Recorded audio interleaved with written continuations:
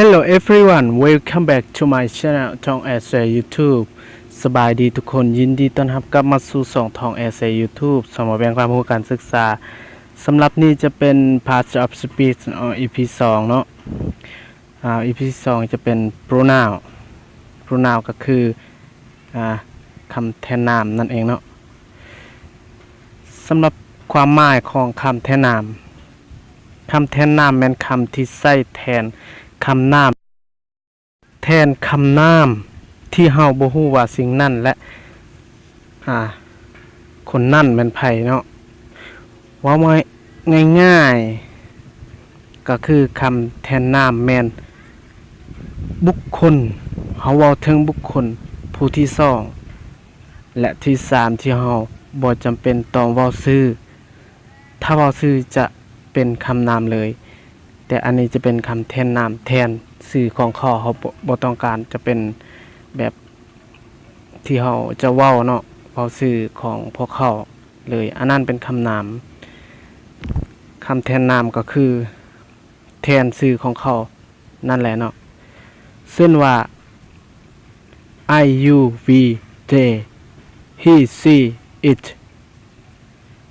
ซึ่งหลายคนอาจเคยเห็นเคยใส่และเคยแปลแต่วิดีโอนี้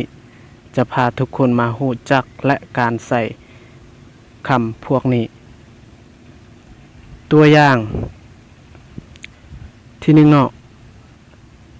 I am a student ค่อยแม่นนักเรียนหรือค่อยเป็นนักเรียนซึ่งไอนั้นจะแทนชื่อของค่อยโดยบ่อื่นชื่อค่อยแต่อื่นแทนว่าคนนี้คนนั้นแบบนี้เนาะประโยคที่2 He is a doctor ลาวแม่นทานหมอซึ่ง he นี่แทนชื่อของคนผู้นั้นเขาบ่จำเป็นต้องเว้าชื่อผู้นั้นเขาจะเอา he นี่ซึ่ง he แปลว่าลาวผู้ชายเนาะจะแทนของคนผู้นั้นและประโยคที่3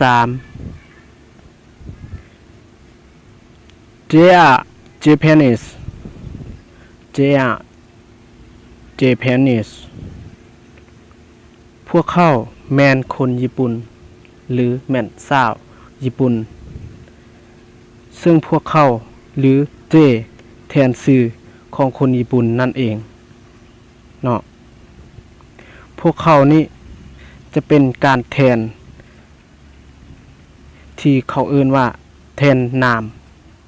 หรือแทนชื่อของพวกเขาโอเคเนาะสำหรับpronoun วิดีโอนี้ก็จะจบเพียงสำนี้เนาะและถ้า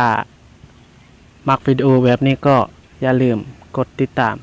แล้วก็กดไลค์กดแชร์2ตัวนี้2มาแบ่งความรู้2มาแบ่งการศึกษาการนำภาษาอังกฤษมาสอนให้หมู่เพื่อนได้รู้ไปนำกันกับช่องนี้เด้อขอบใจ